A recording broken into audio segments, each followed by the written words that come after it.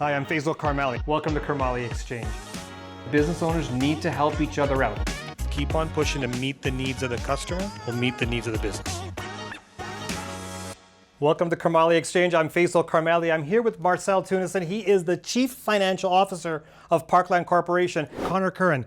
Connor is the founder of Local Laundry, CEO and co-founder of Cult, Kneeland. Stephen Deere, owner of Modern Steak. Jaffer, CVO of TREC Dental. Maeghen, Cotterill, CEO and owner of 5 Elements Martial Arts. And Robert Price, CEO and founder of Bōde, Canada. A lot of business owners I speak to, and I say, what's your biggest challenge in your business? Or what's the one thing you wish you knew more about when it comes to your business? And I would say 9 out of 10 times it's their financials.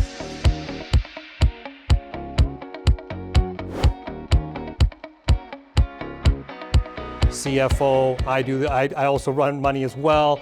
I look at this and I go, this is easy for me. Like, this is normal. This is my backyard, so I understand it. But so many business owners have a very hard time understanding financials, understand their income statement, understand their balance sheet, understanding how the margins work and so forth. Let's start with, why do you think that is, and what tips can you give to them so they can actually be more comfortable with their financials? Well, I don't know why that is, but that's an interesting question. But I can imagine, having read many financial reports, that frankly, it's pretty boring, right? Looking at financials, right? It's like, what do you see in there? And it takes you quite a bit of time to kind of understand what's going on in financials. So I can kind of understand why people see that. It's much more exciting to talk to customers, to talk to employees, to talk to suppliers, and maybe do acquisitions. That's a lot more exciting, and I definitely get that. But the way that I would describe really what you see in the financials is really the shadow of your business. What's really going on there? And that's where it actually comes together, on a page. And it's in your financials that you often start seeing the risks of your business and maybe even the opportunities, right? Because as you analyze that, you can see where the growth opportunities are, but also where things don't go well. It's critical that you control your cost, because ultimately in many of the markets you compete, and if your costs are out of hand, then you can't compete effectively. And then when you want to do acquisitions, you need capacity, you need financial capacity. Yeah. And so looking at your financials will tell you whether you have the capacity to do it, because the worst thing you can do is buy something that you can't afford or chase something that you can't afford. And then we probably come to banks to kind of fund it, or to shareholders to fund it, but that will potentially take a lot of value away. So knowing what you can afford, you will see that in your financial statements. Yeah. So yes, it is boring, but it's a critical part of running a business. Critical, you need to know it, and here's some ideas on how to do it.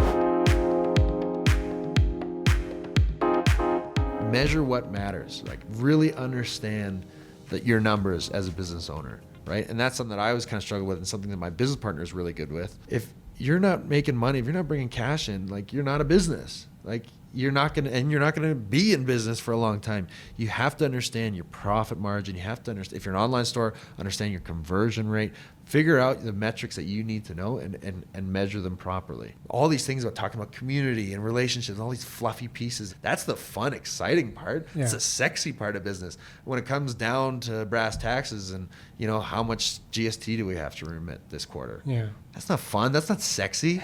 No one wants to do that stuff, but you have to. And if you keep pushing it away, you're going to have issues, right? It'll catch up to you. It will. So you have to face that head on. Do not be afraid to understand those numbers. You absolutely have to, and it's vital. There's 4 ways to make money. Get more people to buy more product more often at more margin. Advertising-centric businesses only focus on the first one. Go get more people. Mm-hmm. But you can also get existing people to buy more often. You can get existing people to buy more stuff when they come, which means you have to grow your portfolio. That's what Yeti's done. Right? Yeti's just found more things I got you in with that $400 cooler, but now I'm going to find a way to get you to buy the camping chair and the expensive dog bowl. Or the other big one, particularly for brands that have gotten addicted, we were with a lot of retailers that are on these flyers. Old Navy was at 70% off 32 weeks out of the year. That's ridiculous, right? The next strategy is I'm going to start paying you $20 to come in the store. Yeah. Right? You just can't be on that extreme promotion. So what if you were 50% off 30 weeks out of the year? I just made you millions of dollars. Yeah. Right? What if you're 40% off 28 weeks out of the year, right? Weaning people off of these excessive promotions to get higher margin, and finding ways to introduce pricing creativity, particularly in the B2B side. Yeah. The idea of presenting of options, moving to subscription-based models. How does a business owner figure that out? Well, call me. It's like that, like that. I like to use the Oprah Winfrey thing.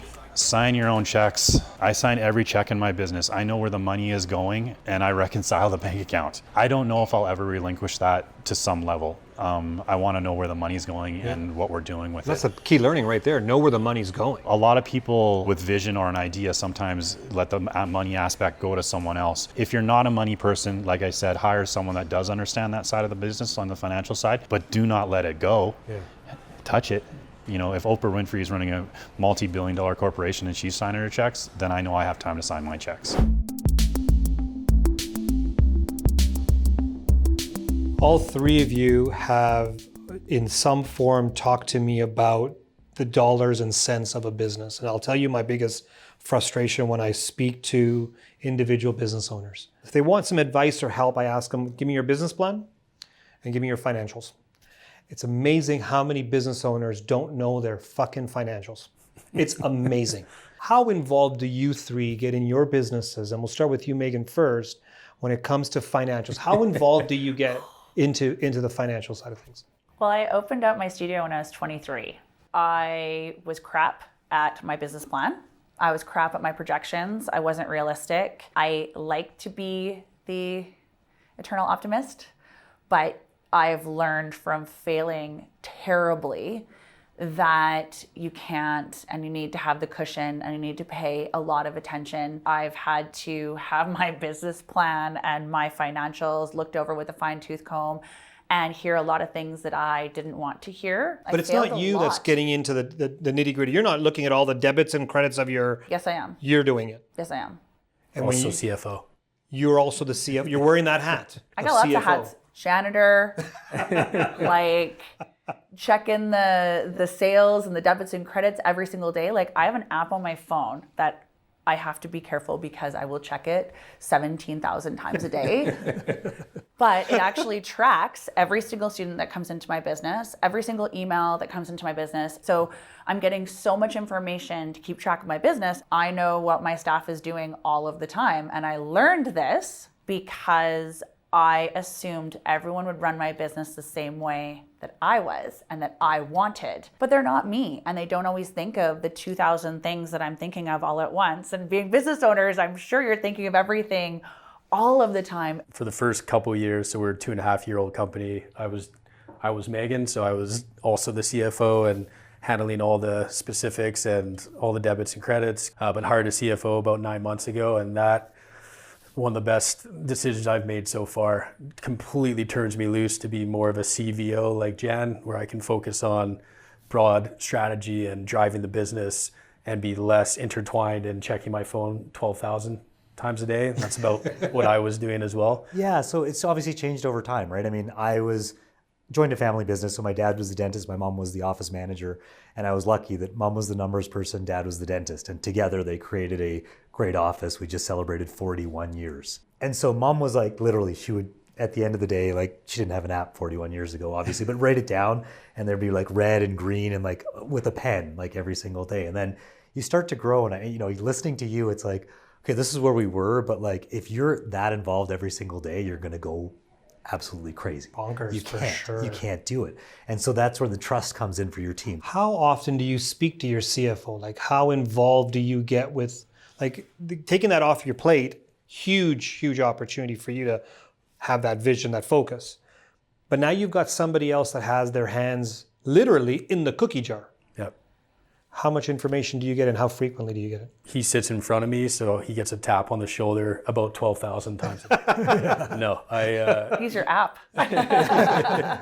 He's fully now managing the whole financial picture for us, which is great. We're always looking at, as investors are looking to come and be part of our journey, they ask good questions on, this KPI for a marketplace like yours, that kind of model. These are the things that we value. So we're constantly kind of working through and refining and picking the best performance indicators. Mm-hmm.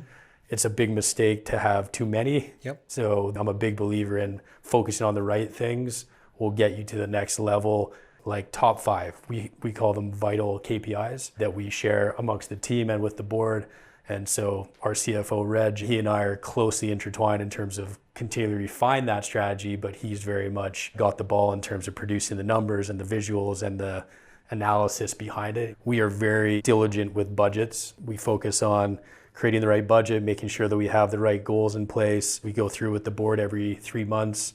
That holds me accountable as the CEO to really deliver on that. Jen, going from 1 clinic to 20 clinics, the financials for each clinic, the financials for the broader or larger business as a whole, holy shit, there's a lot of numbers you got to go through. Do you have a CFO like Bōde Canada has? Like, how does it work for you? We brought on actually an accountant full-time about 7-8 years ago, but technology changes everything.